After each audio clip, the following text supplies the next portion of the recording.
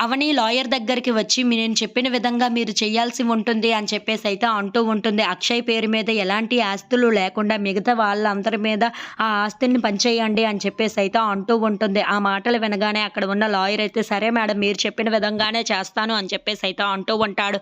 ఆ మాటలు వినగానే అక్కడ ఉన్న అవని అయితే చాలా సంతోషిస్తూ ఉంటుంది. సాయంత్రం ఆ డాక్యుమెంట్స్‌ని తీసుకొని ఇంటికి రండి మా మామయ్య గారు సైన్ చేస్తారు అని చెప్పేసైతే అంటూ ఉంటుంది. ఇంతలో ఆ మాటలన్నీ పల్లవి విని ఒక్కసారిగా షాక్ అయిపోతూ ఉంటుంది. ఇలా అయితే ఎలా నా పగ తీరుతుంది? ఇలా జరగకూడదు కదా! అని చెప్పేసైతే అనుకుంటూ ఉంటుంది.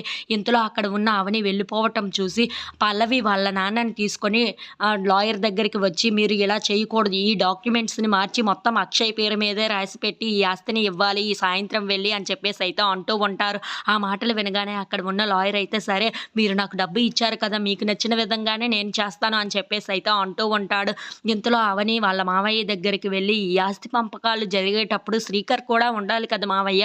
శ్రీకర్‌ని కూడా తీసుకొని వద్దామా అని చెప్పేసైతే అంటూ ఉంటుంది. ఆ మాటలు వినగానే అక్కడ ఉన్న వాళ్ళ మావయ్యకి చాలా కోపం వచ్చేసి ఆ శ్రీకర్ విషయం మాత్రం నువ్వు నా దగ్గర ఎత్తకు మర్యాదగా ఉండదు అని చెప్పేసైతే చాలా కోపంగా మాట్లాడుతూ ఉంటాడు. ఆ మాటలు వినగానే అక్కడ ఉన్న అవని అయితే ఒక్కసారిగా షాక్ అయిపోతూ ఉంటుంది. అవును వాడి విషయం ఆ ఇంట్లో ఎత్తకూడదని చెప్పాను కదా! అని చెప్పేసైతే అక్కడి నుండి వెళ్ళిపోతూ ఉంటాడు.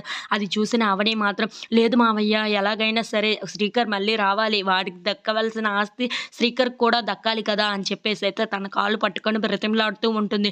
ఇంతలో వాళ్ళ అత్తయ్య అటువైపుగా వెళ్తూ అక్కడ ఉన్న అవనిని వాళ్ళ ఆయన్ని చూసి ఒక్కసారిగా షాక్ అయిపోతూ ఉంటుంది. ఇంతలో పల్లవి అక్కడికి వచ్చి చూసారా అత్తయ్య అవని వదిన ఏదో చెయ్యబోతుంది. అవని అక్క ఏదో చెయ్యబోతుంది. ఎందుకో నాకు ఏదో తేడా కొడుతుంది ఈ ఆస్తి విషయంలో అని చెప్పేసైతే వాళ్ళ అత్తయ్యకు నోరు పోస్తూ ఉంటుంది. If you like this video please like, share and subscribe friends.